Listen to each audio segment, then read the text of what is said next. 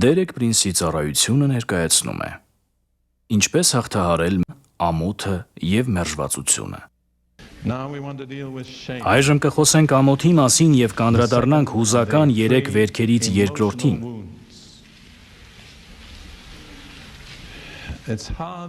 Դժվար է ճշգրիտ նկարագրել, բայց ամոթը մի զգացողություն է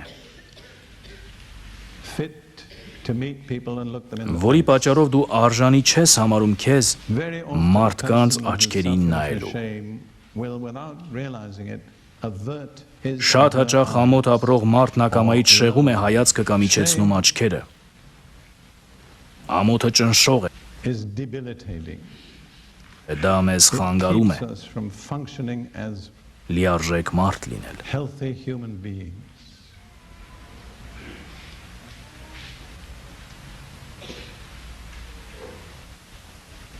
Թույլ տվեք առաջարկել ամոթի առաջացման 2 հնարավոր պատճառ, թեպետ դրանք ավելի շատ են Առաջինը հրապարակային նվաստացումն է և հաճախ դա տեղի է ունենում դպրոցում Ես և Ռութը մի երիտասարդ հրեայի հանդիպեցինք Մեսիային ընդունած, բայց դեռ շատ ներքին բարդույթներով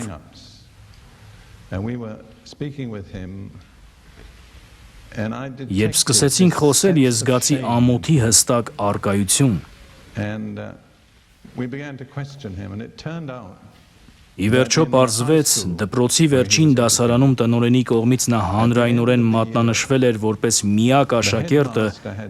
որը չէր անցել քննությունները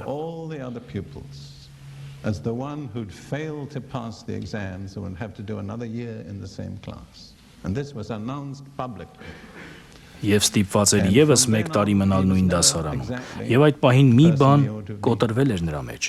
Նա երբեք այն մարդը չէր դարձել, ինչ կարող էր լինել Նա համառորեն փորձում էր ապացուցել, որ արժանի է, նույնիսկ ավելի լավն է, քան մյուսները Եթե դու փորձում ես ապացուցել, որ արժանի ես մյուսների պես, ինչ-որ բան սխալ է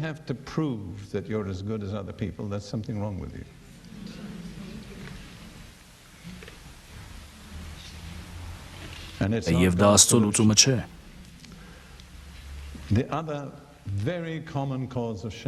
Մյուս ամոթի շատ տարածված պատճառը մանկության սեռական բռնությունն է և ցավոք դա չափազանց տարածված է մեր ժամանակակից մշակույթում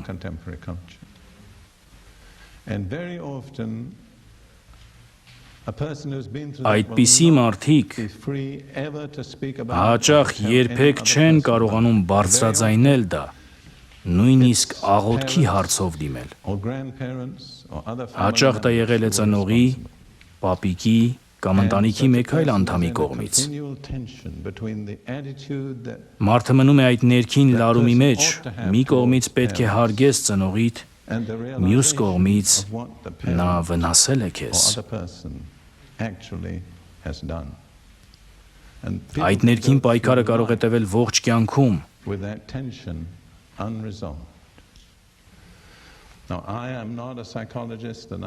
Ես հոգեբան չեմ, բայց վստահ եմ, որ այս դահլիճում կան մարդիկ, ովքեր այս ցավն են կրել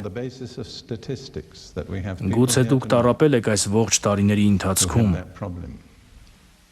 Գուցե դուք երբեք չեք համարձակվել խոսել դրա մասին Բայց կա մեկ, ում կարող եք վստահել Դա Տերն է Եվ հիշեք, դուք երբեք չեք շփոթեցնի Աստծուն ձեր խոսքերով Նա չի զարմանում Կարող ես ասել ամենասարսափելին քո մասին և նա կպատասխանի ես դա վաղուց գիտեի և շարունակում եմ սիրել քեզ Ես հանդիպել եմ մարդկանց, որոնք երբեք չէին ցանկանում խոստովանել իրենց մեղքը, քանի որ մտավախություն ունեին, որ Աստված կիմանար այդ մասին Ես ասում եմ, դուք անմիտ եք, Աստված արդեն ամեն բան գիտի և նա շարունակում է սիրել ձեզ Հիմա դրա դեղատոմսը նույնպես Հիսուսն է Եբրայեցիներին 12:2-ում գրված է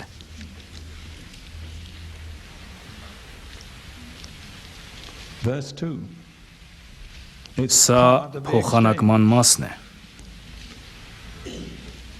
Նայենք հավատի զորագլխին ու այն կատարողին Հիսուսին,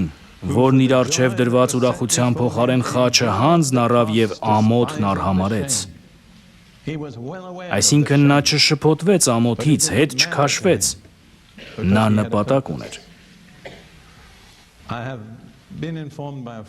Մեկը, ով ուսումնասիրել է խաչելությունը, պատմել է, որ դրա գլխավոր նպատակներից մեկը խայտառակությունն էր։ Մարդուն մերկ, բոլորի առաջ կախել, հեգնել, նվաստացնել։ Մարդիկ անցնելիս վիրավորանքներ էին ասում, երբեմն էլ ավելի նվաստացնող բաներ անում, որոնք հիմա չեմ կարող նկարագրել։ Բայց Հիսուսը ենթարկվեց այս ամենին։ Նա իր մեջ կրեց մեր ամոթը։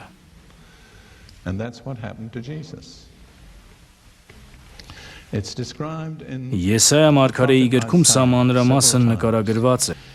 Ի տարբերություն նոր կտակարանի, որը պարզապես ասում է նրան խաչեցին, այն չի անդրադառնում դետալներին, սուբյեկտիվ ապրումներին, բայց հին կտակարանում Սաղմոսների գրքում եւ մարգարեությունների մեջ մենք տեսնում ենք բավականաչափ նկարագրեր,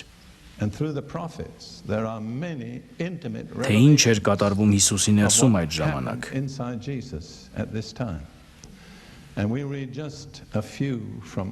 Մի քանի համարներ կարդանք Եսայա մարգարեությունից։ Եսայա 56 ասվում է. «Իմ թիկունքը տվեցի ինձ հարվածողներին»։ Հիշեք, նա կամովին տվեց իր թիկունքը, նա պարտավոր չէ դա անել։ Նա կարող էր մերժել, նա կարող էր մեկ բառով նրանց ոչնչացնել, բայց նա կամովին դա արեց, նա չհակառակվեց, նա իր թիկունքը տվեց։ Եվ իմ ծնոտները, մորուքս փետողներին, իմ երեսը չծածկեցի նախատինքից ու թքից։ Նրա վրա թքեցին, նա չթաքնվեց։ Ինչպիսի սարսափելի ամոթ։ Եսայա 52:14 Again a description of Jesus. He is am I right there? 52 verse 14 first. 52:14 Եսայա 52:14 Ինչպես որ շատերն ապշեցին քեզ վրա, այնպես խաթարված էր նրա դեմքը եւ տարբերվում էր մարդու դեմքից, նաեւ նրա կերպարանքը մարդու որդիների կերպարանքից։ Այսինքն նա կորցրեց մարդկային իր տեսքը։ Կարծում եմ ամերիկյան նոր ստանդարտ թարգմանության մեջ հենց այդպես է թարգմանված։ Այդքան ծանր էին նրա տառապանքները, որ նա մարդկային կերպարանք չուներ։ Այնուհետև Եսայա 53:3-ում ասվում է. Անարգված եւ մարդկանցից մերժված, նա վշտերի մարդ էր ու ցավերի ծանոթ, որպես մեկը, որից երես են դարձնում մարդիկ։ Նա անարգված էր եւ մենք նրա հանդեպ համարում չունեինք։ Սա նշանակում է, որ մենք ի վիճակի չէինք նայել նրան։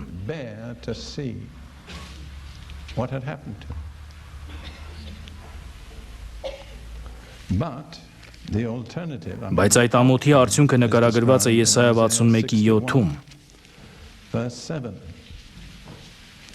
There are different ways of translating this verse, but they all amount to the same thing. Isaiah 61 verse 7. Եսայա 61:7 գլուխ. You shall have double honor. Ձեր ամոթի փոխարեն կրկնակի բաժին պիտի ունենաք։ Նախատինքի փոխարեն պիտի ցնծակ ձեր բաժնի համար։ Այսինքն ամոթի եւ նախատինքի փոխարեն պատիվ եւ ուրախություն։ Ինչու, քանի որ փոխանակում եղավ խաչի վրա։ Հիսուսը կրեց մեր ամոթը որ մենք ժառանգենք իր փառքը։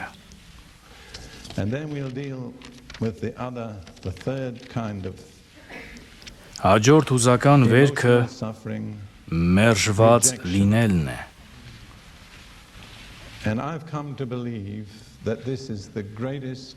Ես սկսել եմ հավատալ, որ սա ամենացավոտ վերքն է, որ մարդը կարող է կրել,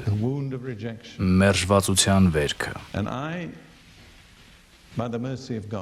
Ես ինքս Աստծո ողորմությամբ այս վերքը քիչ եմ ունեցել և պետք է այդ մասին իմանայի այլոց փորձառություններից։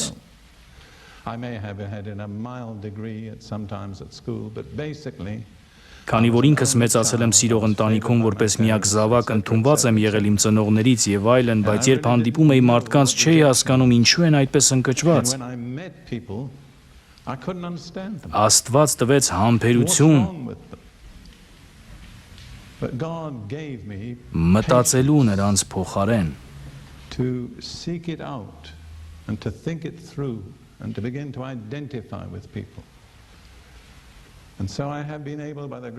Եվ սկսեցի օգնել մարդկանց ապաքինվել մերժվածության վերքից։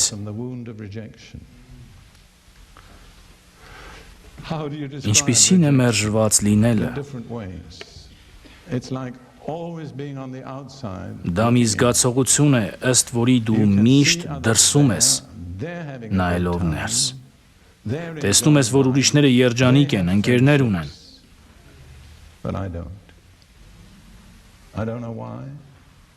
Բայց դու չես կարող մուտք գործել։ Ինչ որ անտեսանելի պատ կա։ Միգուցե դա ընտանիքի ներսում է։ Ով գիտի, ինչու։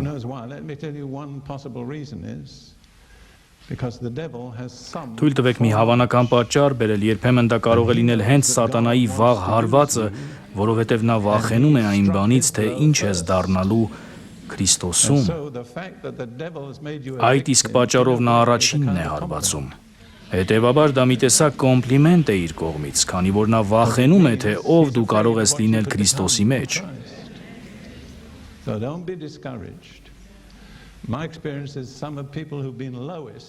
Ուստի մի ընկճվիր։ Իմ փորձառությունից կասեմ, ոմանք, ովքեր ամենացածր կետում են եղել, վերջում հայտնվում են ամենաբարձր դիրքերում։ Կարծում եմ Աստվածաշունչն էլ է դա ասում։ Ինքն իրեն խոնարհեցնողը կբարձրացվի։ Մերժվածությունն ասում է ուրիշները կարող են, բայց ես չեմ կարող։ Կարծում եմ ես այս զգացողությունը որոշ չափով ունեցել եմ դպրոցական տարիներին։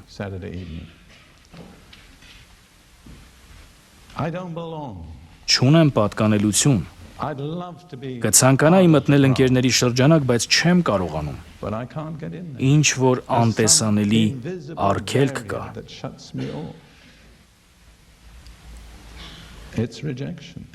Դա մերժվածության ոգին է։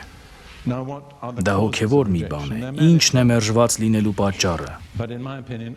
Դրանք շատ են, բայց իմ կարծիքով ամենամեծ և տարածված պատճառը ծնողների կողմից մերժված լինելն է։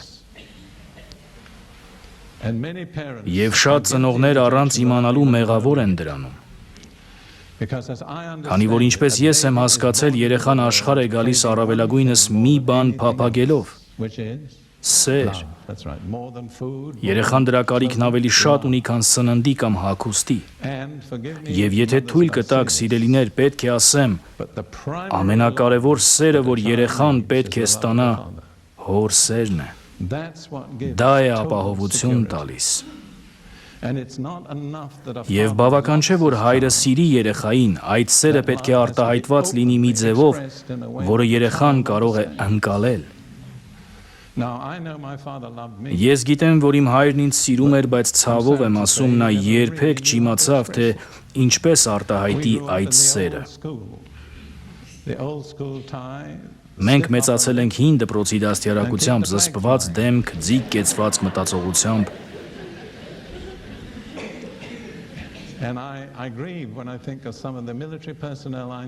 Ես տխրում եմ, երբ հիշում եմ որոշ զինվորականներին, որ ճանաչում էի, թե ինչպես էին փակված իրենց ներսում այդ մշակույթի պատճառով։ Բայց կան նաև այլ մշակույթներ, որ խոչընդոտում են մարդկանց։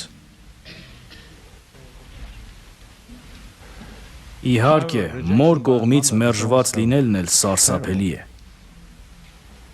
Ես պարզել եմ, որ մայրը կարող է մերժել երեխային դեռ մինչև նրա ծնվելը։ Մի անգամ ԱՄՆ-ում շատերին ծառայելով ազատագրության համար ես նկատեցի, որ մերժվածության ոգով տառապող մարդիկ հիմնականում պատկանում էին նույն սերնդին։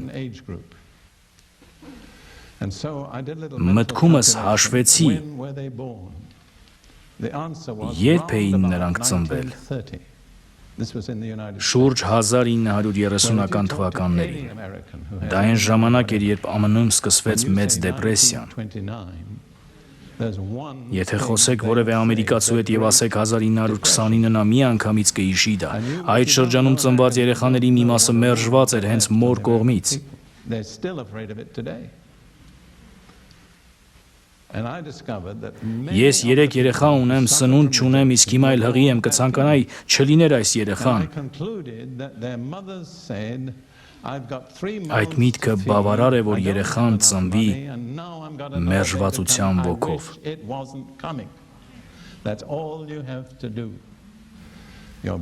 Ակնհայտ մեկ այլ պատճառը դա ամուսնալուծությունն է։ Այսօր դա շատ տարածված է։ Շատ քչերն են, որ առանց մերժվածություն զգալու անցնում են դրա միջոցով։ Առնվազն կողմերից մեկը, իսկ հաճախ երկուսն էլ, դա ցավոտ վերք է։ Ինչ որ մեկը կարող է ինձ միջազգային նոր թարգմանությունը տրամադրել։ Ես օգտվում եմ միջազգային նոր թարգմանությունից, որովհետև այդ տարբերակով Եսայա 54:6-ում ասվում է.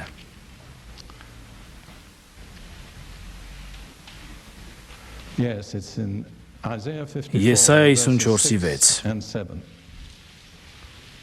No, verse 6, Isaiah 54:6. The Lord will call you Որովհետև Տերը քեզ կանչեց որպես լքված եւ հոգով վշտացած մի կնոջ, մի երիտասարդի կնոջ պես, որ մերժված է։ Շնորհակալություն ձեր Աստվածաշունչն ինձ տրամադրելու համար։ Այսպիսով Տերը հասկանում է, բայց մերժվածությունը միայն կնոջը չի վերաբերում։ Ես ճանաչում եմ տղամարդկանց, որոնք կրում են շարունակական մերժվածության վերքը, որովհետև մերժվել են իրենց կանանց կողմից։ Բարի։ Կարծում եմ արդեն բավականին բացատրություն տվեցի, որ դուք կարողանաք ճանաչել ձեր մեջ այդ վերքը։ Կարող են լինել շատ այլ պատճառներ։ Դպրոցում ընկերների կողմից մերժվելը։ Գուցե դու ինչ-որ կերպ տարբեր ես, շիլ աչքեր ունես կամ քայլելու ձևը մի փոքր տարբեր է կամ ձայնդ, բայց մյուսները պարզապես դուրս են մղում քեզ։ Եվ քեզ վերաբերվում են որպես սպիտակ ագռավի։ Մերժվելու համար երբեմն պետք է ընդհանրապես տարբեր լինել։ Մարդիկ անհանգստանում եւ շփոթվում են այդ տարբերությունից։ Նրանք չգիտեն ինչպես վարվել քեզ հետ, այդ իսկ պատճառով մերժում են քեզ։ Ու նորից դա կարող է կոմպլիմենտ լինել քո հասցեին։ Դա կարող է ցույց տալ քո բարձր դիրքը։ Միգուցե մերժում են, որովհետև շատ ավելի բարձր ես, քան իրենք։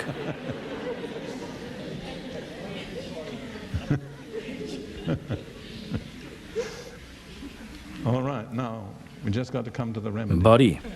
այժմ անցնենք բուժմանը։ Again, it's Jesus. Կրկին դա Հիսուսն է խաչի վրա։ And we'll give you just a few scriptures. Մի քանի համարներ նայենք։ verse 3. Եսայա 53:3-ում գրված է. Go to Isaiah 53. Նկատեցիք, թե քանի անգամ անդրադարձանք Եսայային։ First and foremost, he was rejected by Շատ men. լավ։ Առաջին հերթին նա մերժվեց And it մարդկանց says here in կողմից։ verse 3, he is despised and rejected by Երրորդ men. խոսքում ասվում է անարգված եւ մարդկանցից մերժված, նա վշտերի մարդ էր ու ցավերի ծանոթ, որպես մեկը, որից երես են դարձնում Have you ever had the մարդիկ։ experience of walking Նա through անարգված էր եւ people մենք and նրա the հանդեպ dogs համարում barking? չունեինք։ Արդյոք երբևէ եղել է, երբ մի խումբ մարդկանց էս մոտեցել ու նրանք միանգամից լռել են։ Գիտես ինչի մասին էին խոսում, չէ՞։ But Jesus went through it. He was Բայց Հիսուսն rejected անցավ by his դրանով։ own people. Գրված է յուրայիններին եկավ, բայց յուրայիններն իրեն չընդունեցին։ That's terrible. Դա սարսափելի է։ Shall I tell you something about Jesus that I've learned? Գիտեք էլ ինչ եմ սովորել Հիսուսի մասին։ Նա կրել է այս մերժվածությունը շուրջ 2000 տարի։ Եվ նա սպասում է այն օրվան, թե երբ կվերականգնի իր հարաբերություններն իր եղբայրների ու քույրերի հետ։ Այսպիսով նա կրեց այդ ամենը։ Բայց ամենավատը դեռ դա չէր։ Իմ կարծիքով ամենասարսափելին հոր կողմից մերժված լինելն է։ Եվ հենց դա եղավ Հիսուսի հանդեպ։ Մատթեոսի 27-րդ գլխի 45-ից 46 խոսքերը։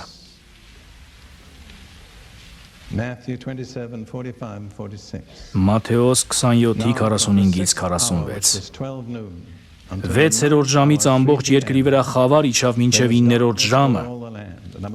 Իսկ 9-րդ ժամին մոտ Հիսուսը բարձրաձայն աղաղակեց ու ասաց. «Էլի, Էլի, լամա սաբակթանի», այսինքն Աստված իմ, Աստված իմ, ինչու լքեցիր ինձ։ Ես կարող եմ հասկանալ, երբ իմ ժողովուրդն ինձ լքեց, երբ իմ աշակերտները լքեցին, բայց Աստված, ինչու դու։ Ինձ հետաքրքրել է, որ այս խոսքերը արամեերեն են, այն լեզուն, որը Հիսուսը լսել էր իր ծնողներից։ Ես մի տեսություն ունեմ, որով կկիսվեմ ձեզ հետ, կա մի բժշկական փաստ, մարդիկ մահվան շեմին հաճախ վերադառնում են իրենց մանկության լեզվին։ Գուցե Հիսուսն էլ արեց դա։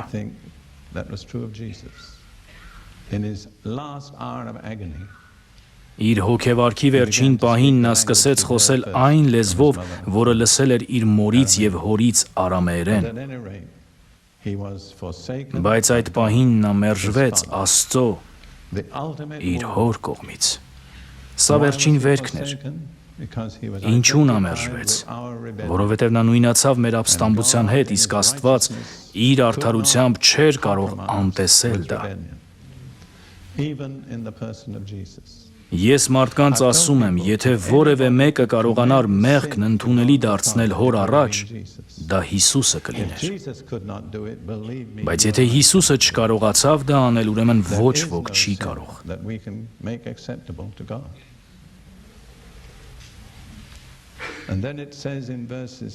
Վերջում Մատթեոսի 27-ի 50-ից 51 խոսքերում գրված է.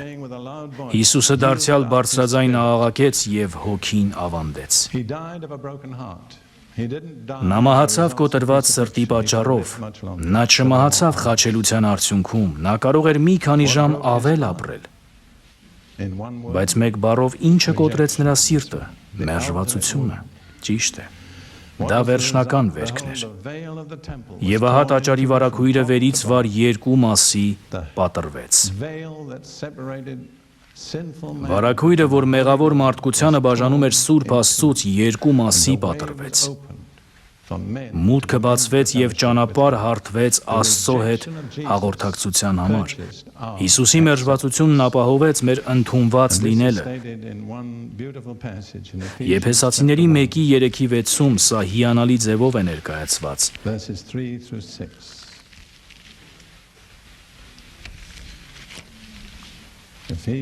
Եփեսացիների 1:3-6 Օրհնյալ է Աստված եւ մեր Տեր Հիսուս Քրիստոսի Հայրը, որ մեզ Քրիստոսով օրհնեց երկնքում ամեն հոգևոր օրհնությամբ, ինչպես որ մեզ նրա միջոցով ընտրեց աշխարհի ստեղծումից առաջ, որպեսզի մենք սուրբ եւ անարատ լինենք նրա առաջ սիրո մեջ։ Ինչպիսի օրհնություն, սուրբ եւ անարատ լինել Աստծո առաջ սիրո մեջ։ Դուք ձեր կրոնական ջանքերով երբեք չեք կարող հասնել դրան։ Միայն մեկ ճանապարհ կա։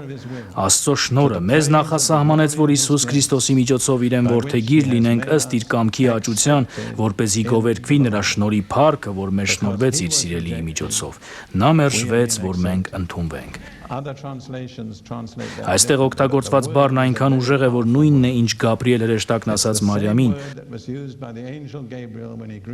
Ողջույն քեզ, ով շնորհընկալ։ Այսինքն մենք նույնպես ընդունված ենք։ Ես մարդկանց հաճախ ասում եմ, Աստված չունի երկրորդ կարգի զավակներ։ Եթե դու Աստծո զավակ ես, ապա դու սիրված եւ ընդունված ես նույնքան, որքան Հիսուսը։ Նրա նկատմամբ ունեցած սիրո եւ ընդունման չափը վերաբերում է նաեւ քեզ։ Մի քանի տարի առաջ մեր տանը մի նվիրված քրիստոնյա երիտասարդ կին էր աշխատում, մի օր նա ինձ ասաց. Ես իսկապես ուզում եմ մի բան անել, որ Աստծո բարեհաճությունը վաստակեմ։ Այսինքն նա ուզում էր վաստակել այն, ինչը մենք արդեն ունենք։ Ես նրան ասացի, լսիր, դու երբեք չես ունենա ավելի շատ բարեհաճություն Աստծուց, քան այն, ինչ արդեն ունես Քրիստոսի մեջ լինելով։ Չկա ոչ մի բան, որ դու կարող ես անել ամբողջ կյանքում, որ քեզ ավելի ընդունելի դարձնի Աստծո առաջ, քան պարզապես Քրիստոսի մեջ լինելը, քանի որ Հայր Աստծո սերը Հիսուսի նկատմամբ նույն ուժով ուղղված է նաև քեզ։ Եվ վերջում Հովհաննես 17-րդ գլխի վերջին երկու խոսքերը։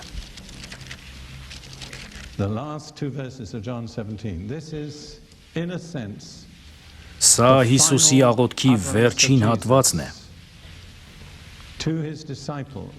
Նախքան նրա չարչարանքը։ Ես հավատում եմ, այս հատվածը ամբողջ ավետարանի նպատակի գագաթնակետն է։ Սա մի հատված է իր աղոթքից։ Ահա այդ խոսքերը.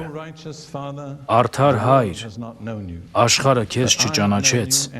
բայց ես քեզ ճանաչեցի, եւ նրանք իմացան, որ դու ինձ ուղարկեցիր։ Եվ ես քո անունը նրանց ճանաչել տվեցի։ Ինչ անուն է դա։ Որ անունը Հիսուսը եկավ հայտնելու։ Հայր անունը։ Նրանք արդեն գիտեին Եհովա անունը 14 դար շարունակ, բայց Հիսուսը եկավ Հայր անունը հայտնելու։ Հին կտակարանում շատ քիչ կտեսնեք Աստծուն վերաբերող կոչումների մեջ Հայր կոչումը, միական ձևով կարող էր լիարժեք կերպով հայտնել Հորը, Որդին էր։ Ճիշտ է։ Դրա համար Որդին, որ հայտնի Հորը։ Եվ այս աղոթքում Հիսուսը 6 անգամ Աստծուն դիմում է որպես Հայր։ Եվ վերջում նա ասում է. «Եվ ես քո անունը նրանց ճանաչել տվեցի ու պիտի ճանաչել տամ»։ Այսինքն կշարունակեմ ճանաչել տալ։ Հիմա սա լսեք, որպեսզի այն սերը, որով ինձ սիրեցիր, նրանց մեջ լինի եւ ես նրանց մեջ։ Նորից ասեմ, որպեսզի այն սերը, որով ինձ սիրեցիր, նրանց մեջ լինի եւ ես նրանց մեջ։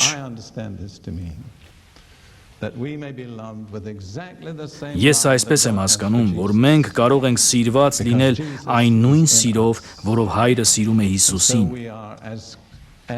որովհետև Հիսուսն ապրում է մեր մեջ։ Այնուհետև ասվում է. «Եվ ես նրանց մեջ», իսկ երբ Հիսուսն ապրում է մեզանում, նա կարող է սիրել Հորը մեր միջոցով։ Այսինքն ավետարանի վերջնական նպատակը Աստծո հետ սիրո փոխհարաբերությունն է, ըստ որի Աստված սիրում է մեզ ճիշտ նույն սիրով, որով սիրում է Հիսուսին,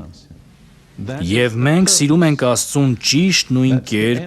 ինչպես Հիսուսն է սիրում։ Սա է վերջնանպատակը։ Եվ մի դադարեք ընթանալ դեպի այդ նպատակը, մի բավարարվեք կրոնով, եկեղեցի հաճախելով, կանոնների հավաքածուով։ Սրանց համար չեկավ Հիսուսը։ Նա եկավ, որ մեզ տանի հոր հետ փոխհարաբերությունների մեջ։ Եվ երբ մենք ունենանք այդ հարաբերությունները, կանոններն իրենց տեղը կընկնեն։ Բայց առանց հարաբերությունների ինչ կանոններ ուզում եք ընդունեք, մարդիկ չեն կարող դրանք պահել։ Այսպիսով, ավետարանի նպատակը մեզ Աստծո ընտանիք դարձնելն է։ Մեզ տանելն է Հայր Աստծո հետ այնպիսի հարաբերությունների մեջ, որտեղ Հիսուսն է։ Եվ մեզ ի վիճակի դարձնել սիրել Աստծուն այնպես, ինչպես Հիսուսն է սիրում։ Սա է նպատակը։ Սա վեր է մեր պատկերացումներից եւ երևակայությունից, բայց դա իրական է։ Սա է նպատակը։ Սա է վերջնական նպատակը։ Մնացած ամեն բան սրա հետ համեմատած երկրորդական է։ Պողոսն ասում է առաջին Տիմոթեոսի 1:5-ում. մեր ուսուցման նպատակը սերն է։ Երանի մենք բոլորս հիշենք սա, հատկապես քարոզիչներս։ Ո՞րն է մեր ուսուցման նպատակը։ Ոչ դավանանք, ոչ եկեղեցական դոկտրինաները, այլ սերը։ Եվ եթե սեր չենք արտահայտում, ապա Պողոսի խոսքերով ժամանակներս վատնում ենք։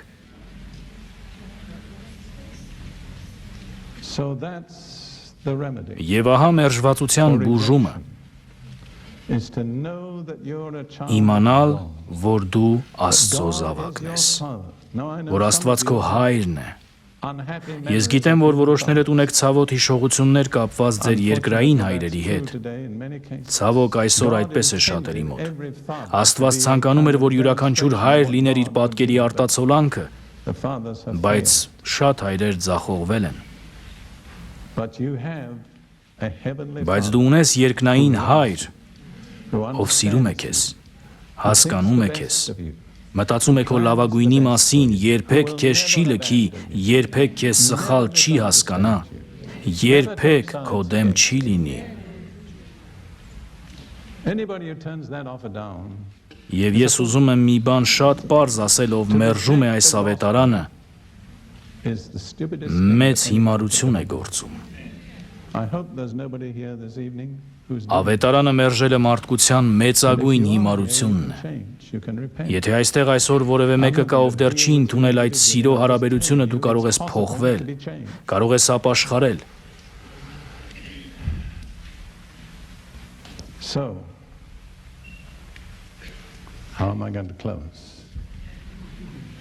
Եվ այսպես, ինչպես պետք է ավարտեմ։